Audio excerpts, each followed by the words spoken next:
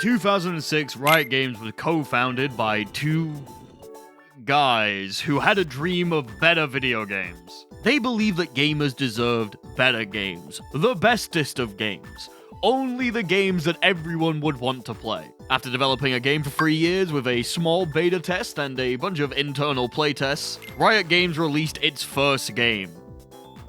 And you could say that it was kind of popular. With the success of League of Legends, several things began to happen to Riot. Mainly, it grew a lot. Over the course of 10 years, it grew so much that Riot Games were finally ready to make more than one game. The 10-year anniversary was kind of crazy at the time. They announced several new projects. Riot Forge was a different development team that would focus on story-based games. Legends of Runeterra would be a card-based game that you could play digitally. And Valorant, known as Project V at the time, was going to be a first-person shooter, similar to the likes of Counter-Strike.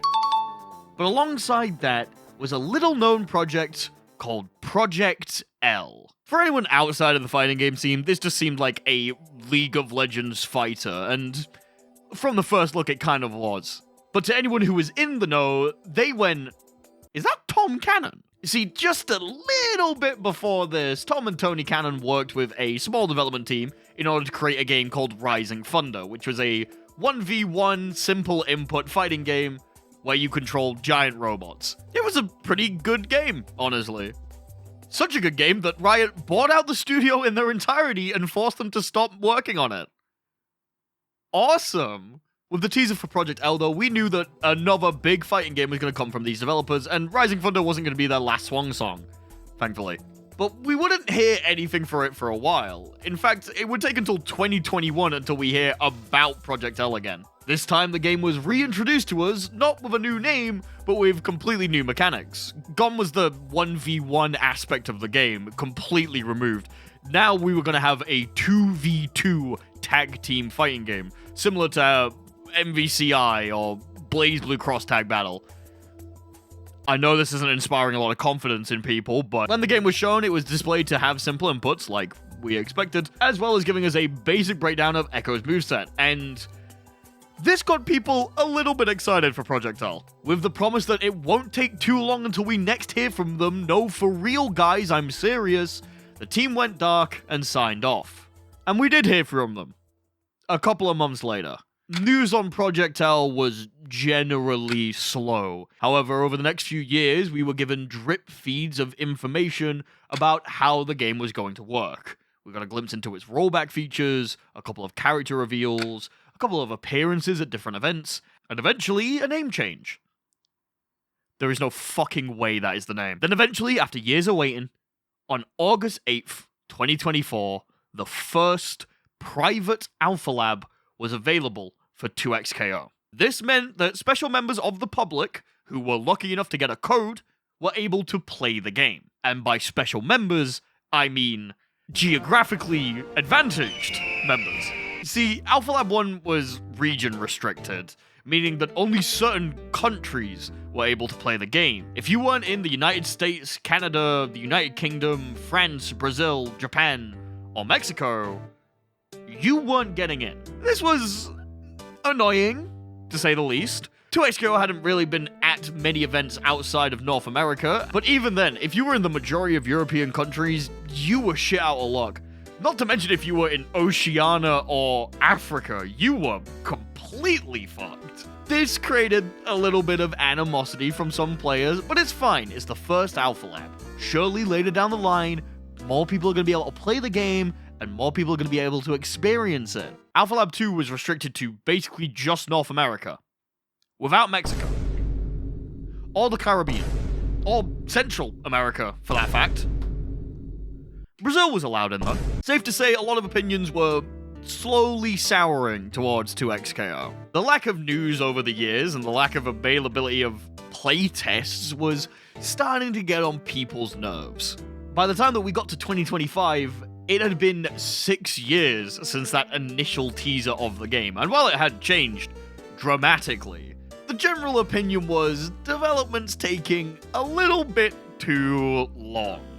But it's fine. 2XKO is going into a completely blank market. Tag games haven't really been a thing for years, and the competition that was sprouting up was not that intimidating. Who's gonna take down 2XKO? Hunter, and then Impact. Yeah, good luck with that one, buddy. The game can take as long as it needs. There's no rush, there's no direct competition. Once 2XKO comes out, it's basically gonna be the de facto tag game.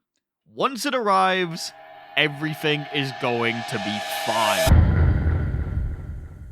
At the end of a seemingly normal state of play, Sony says that they have one extra announcement. No one's that excited about it. Maybe we'll hear something about Ghost of Yone. Maybe we'll see a new teaser for one of their big IPs. People in the fighting game scene really aren't holding their breath for anything.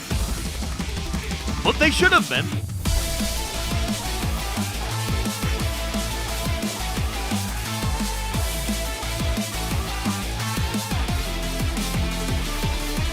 Marvel Tokon seemingly came out of nowhere and is putting a direct challenge onto 2XKO for the crown of the tag game in this generation. I don't know if you were here for the last time that Arc System Works went in a fight in the tag scene, but it was fucking brutal.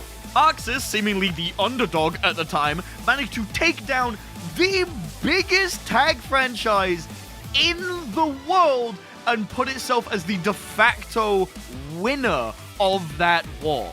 And they're seeming to try and do the same thing again. Despite only just being announced, Marvel Tokon had a closed beta right as 2XKO was about to go into its closed beta. The weekend before, everyone got to try Marvel Tokon, and now everyone gets to try 2XKO. Ladies, gentlemen, and everyone in between, let's talk about the great upcoming Tag War. What do we mean by the Tag War? Well, for some reason, over the past several times that tag games have released, there has been a gold rush to become the de facto tag team fighting game. Obviously, Dragon Ball FighterZ and MVCI duked it out in order to try and win, but even then, on top of that, we had fucking BB Tag in the mix trying to just save itself. For some reason, anytime that the tag season comes around, there's always multiple games, all of which are trying to vie for the throne. Normally, the FGC likes to stick to one tag game out of everything else. I don't know what it is. Maybe it's the level of toxicity or bullshit. Makes them sick. Makes people ill if they're around too many tag games. Oh, my combos. Oh, they're too saucy. Oh, my steak. Oh, it's too juicy. My lobster. Oh, it's got too much butter on it. Because of that, whenever tag games come out, they fight. And they fight hard. But as you can probably tell by the way that I've described things, one of the big battles of the Tag War has just happened. Marvel Tokon and 2XKO both have been playable by the public. 2XKO has definitely had more time to be playable since it's in a permanent closed beta, but still, damage has been done, and soon people are going to have to pick their sides. So let's look at how both of the players are standing. Let's see how their games are, how they're performing, how people are talking about them, and by how people, I mean how I, and see if any major damage has been done to either side. We should probably start with 2XKO, because it's the one that's like out, and I can get consistent footage on it, and it's easier to talk about, and people are like finding new tech and cool things, and Marvel Tokon was so fun!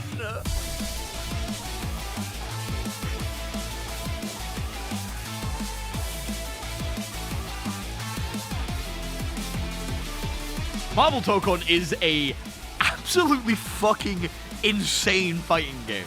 Arc System Works has a long legacy of a bunch of different titles. However, it feels like they've been able to take things from every single one of their fighting games that they liked and found a way to make them all work together. Marvel Tokon is a 5-button fighting game with 4-player tag team battles. You have 3 normal buttons, 2 supers per character, 1 button that is completely unique, and 0 complaints from me, because that beta was so good. It has been a long time since I have sat down for like 24 hours and just played a video game constantly. Marvel Tokon has a way of gripping you and keeping you in the game for a very long period of time. And this is thanks to basically all of the systems that it had in the beta. The game has the Granblue control scheme, including the simplified controls. You can have your own separate special move button, or you can do motion inputs on the light, medium, and heavy buttons. Characters all have 4 special moves, as well as their own unique function on the unique attack. This button can do a lot of different things. Some of them are extremely in-depth, and other ones are pretty simple. But you will be using them a lot on basically every character. The game was fun.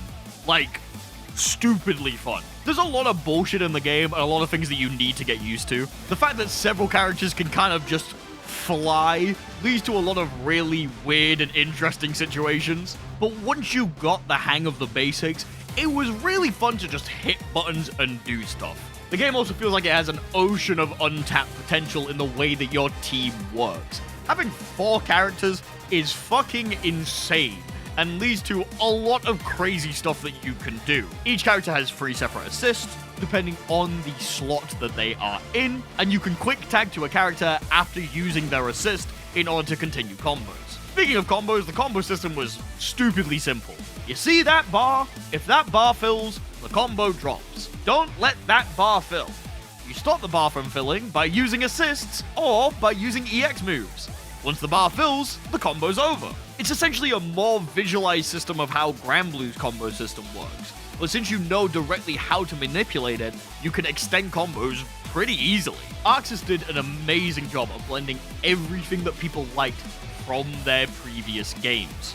As someone who plays ArcSys games basically exclusively, I felt right at home in this game. It felt like tasting a home-cooked meal while I had a refined palate. I could taste every single ingredient that came from a different game. The garlic from BlazBlue, the thyme from Guilty Gear Xrd, aka The Movement, that splash of paprika from Granblue. There's a lot of paprika in this dish. And even the crunch of Street Fighter V. Yeah, for some reason there's a mechanic from Street Fighter V in this, and it's the one non-smooth thing in my really smooth mashed potatoes. All of this combined makes the game feel like a completely new take on the tag team fighter.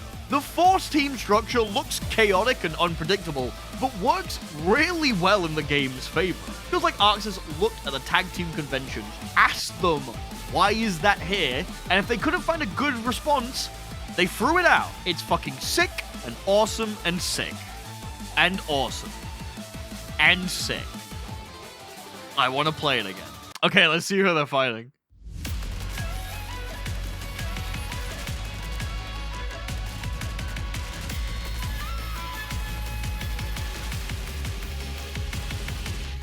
SKO is a 2v2 tag team fighting game that attempts to bring the joy of the tag genre to the masses. The roster of this game is relatively small, however, it is a very well refined roster. There's not a single character here that feels like they really don't make the cut. Every character brings something unique and interesting to the table, and the likelihood is you'll be able to find something that you like in any of the characters. The game is currently in closed beta. However, there are plans to open up the game eventually. Riot has been very quiet about this, but with simple inputs, the game attempts to lower the barrier of entry for players, both in the execution department as well as the price of entry.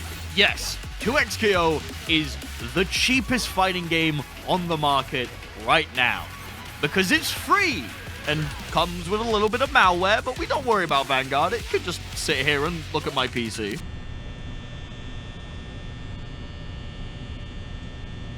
Would you like to see the screenshots of Giovanna I've taken? By making the game completely free, the biggest barrier of entry to getting people into fighting games, having to pay money, is taken away. And without motion inputs, a lot more people are seemingly willing to try the game, even though, I'm gonna be 100% honest, this game's fucking evil.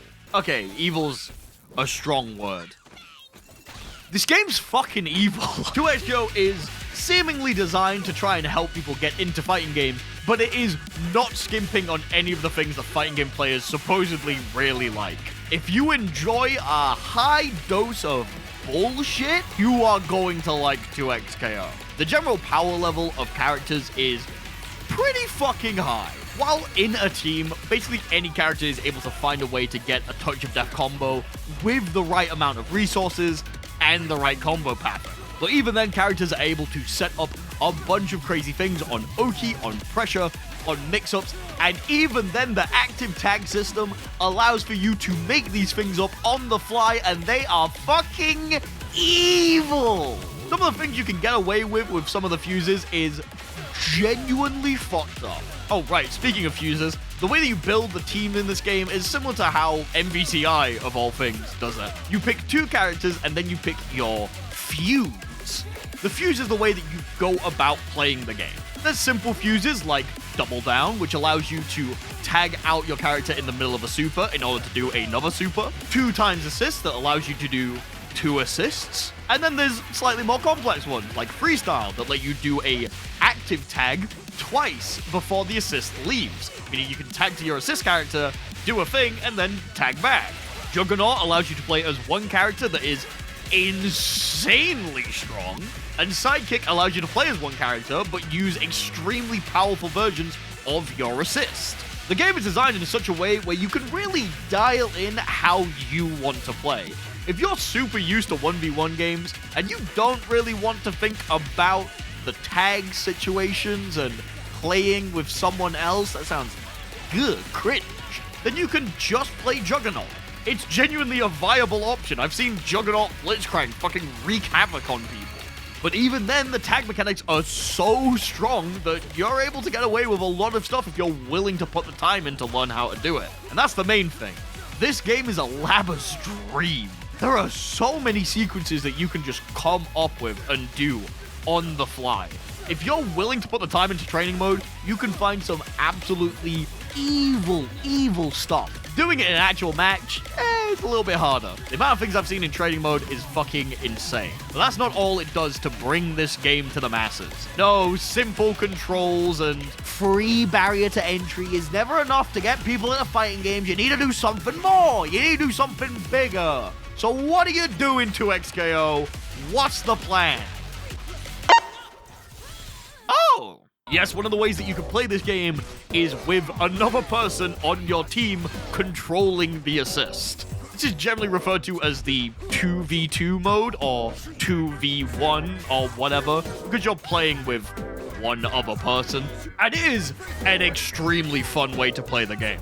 Like, a stupidly fun way to play the game. Considering the fact that the game generally relies on you being completely in sync with your assist, in order to get a bunch of crazy stuff, having to play around another person in order to get some of the harder things in this game is an absolute joy. But God, it will take years off your lifespan. When playing in this mode, your assist player has access to push block, their own assist timing, as well as your burst. So if you want to break out of a sequence, your teammate can literally hold you hostage, or even worse, do a bad burst and get you killed. It is fucking hilarious. If you want to fully switch, the point character has to say that they're going to switch, meaning you can also switch your assist in when they're not paying attention. Playing with a friend instead of against a friend is so fun. It's generally one of the silliest things that you can do in the game, and I absolutely fucking love it. I think that's the main word I end up using to describe this game. Fun. The game is a lot of fun. It took me a little bit to come around on it. The first couple of days, I felt a lot of crank and grease in the wheels, but now that I've been able to play it a little bit more, I have been enjoying the shit out of the game. I even played in a bracket. I'm sure that went well and didn't affect my opinions on the game. 2XKO is a lot of fun, but there are slight problems around the game. Obviously, it's a closed beta, and the entire idea right now is to try and get a handle on how the servers are responding to the player base. Seemingly, it's generally alright. We've had a couple of times where the servers have started hiccuping a little bit. But for the future of the game, it looks a little uncertain. Obviously, we're going to get new characters and stuff like that, but I have no idea how Riot expects to make their money back from this game, and I have no idea where it's going to go. Riot Games tend to try and make uber-hyper competitively focused games, and fighting games do definitely lend themselves towards that. However, right now, the player base feels pretty casual, which sounds kind of weird. A lot of times you go into the casual lobbies and you'll just fight the same person over and over and over again. I've seen a couple of salty messages, but most of the time it seems like people are just here to have a bit of fun. I don't know if that vibe of silly goofiness is gonna stick around with the game for a long time, but it is interesting to see where they are going to go.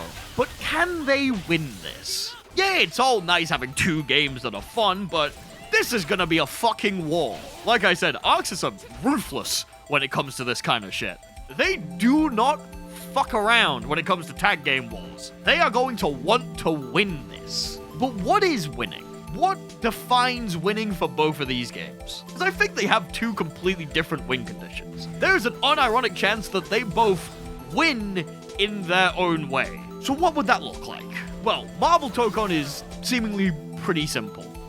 Sales. This game is probably going to be a full-priced, retail-released video game. It has Sony and Marvel pumping a shit ton of money into it. I do not see a way where they do not charge for this game. Because of that, they're going to want to sell as many copies as humanly possible, alongside a long list of DLC characters. They said they have plans to try and keep this game going for like 10 years. So they obviously want to try and make money in the long run. However, I think initial sales are going to be a big part of how that works. It helped Guilty Gear Strive out a lot when that sold a shit ton of copies. So I imagine they want to try and recapture that magic. But 2XKO doesn't have a price tag.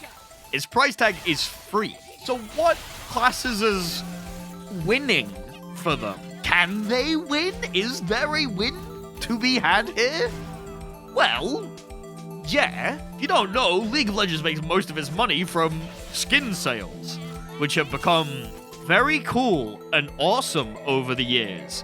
I definitely have no problems with the gacha system in League of Legends. Riot, please keep talking to me. Having more people play that game is gonna be a benefit to them, but I don't think it's gonna be the thing that they want more than anything else. They're gonna want to try and get as much money from people by selling them things in the game. Meaning they probably want this to become your lifestyle game. That's kind of how it works for the rest of Riot's games. League of Legends and Valorant are very much games that ingrain themselves in friendship groups. For a bit of a depressing story, back in like 2018, I realized I hated League of Legends. Like, absolutely despised it. I couldn't stand playing it. It was turning me into a terrible person. So I quit. I stopped playing the game. I didn't want to play it anymore. I said, I'm done. I'm not playing League of Legends anymore.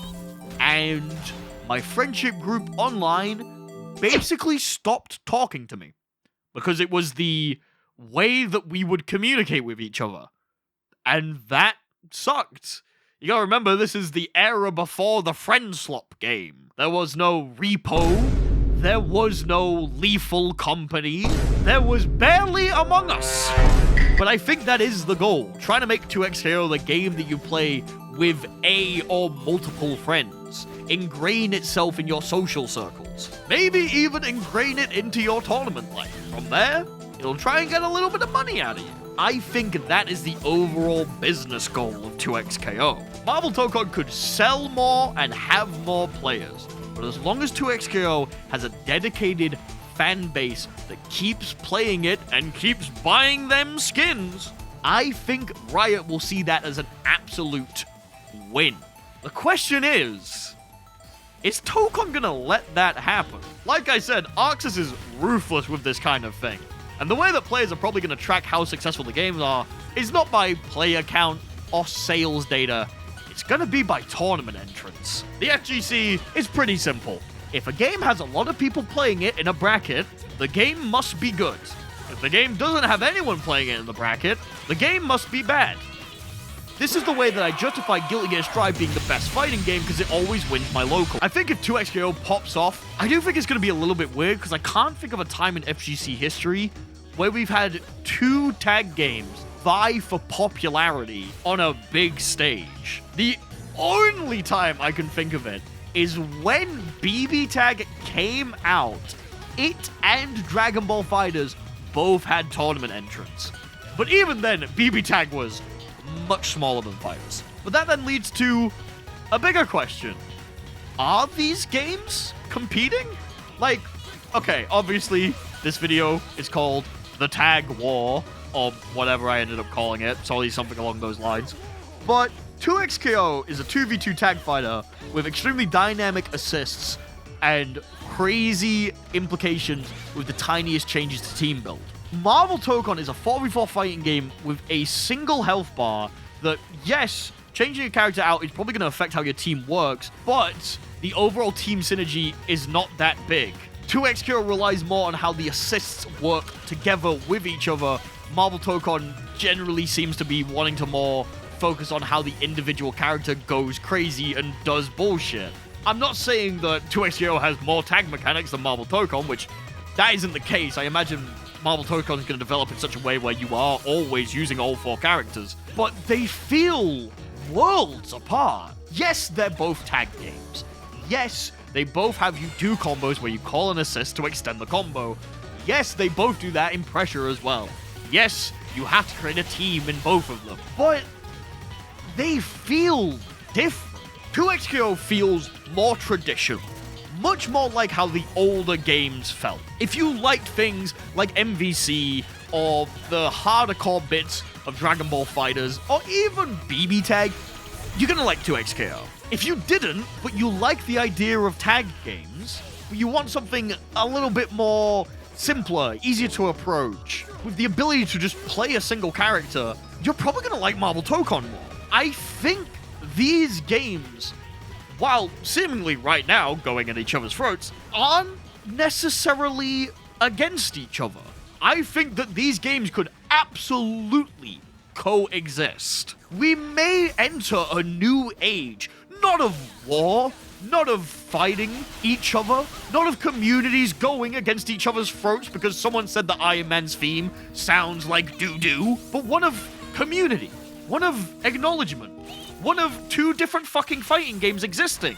I genuinely believe, after playing both of these games for a long period of time, that they can coexist. I think Marvel Tokon has veered off so drastically in its own direction that it is basically its own genre at this point. It feels like we now have subcategories in tag games, and that's fucking awesome. I'm really excited for the future, and don't get me wrong, if there is blood to be spilled, I will be there. But I don't think that because both of these games exists means that one must come out on top and one must fall. I don't think this is an MVCI situation. I think Marvel Tokon and 2XKO are going to exist side by side. Maybe not as friends, but rivals. I'm still gonna keep talking about it like it's a war, though. It makes too much money. Thank you all for watching. I hope you all enjoyed. I wanted an excuse to talk about these games, and I hope the format of this was entertaining for you. It took me a long time to get the recording down, and an even longer time to edit everything. So I hope you enjoyed. If you did, leave a subscribe and a like, and maybe perhaps a comment or a Patreon dollar. That would be really nice. Thank you. I'm streaming right now, probably. We'll fucking see when this comes out. Go to the Twitch. September is happening. Thank you for watching. Bye-bye.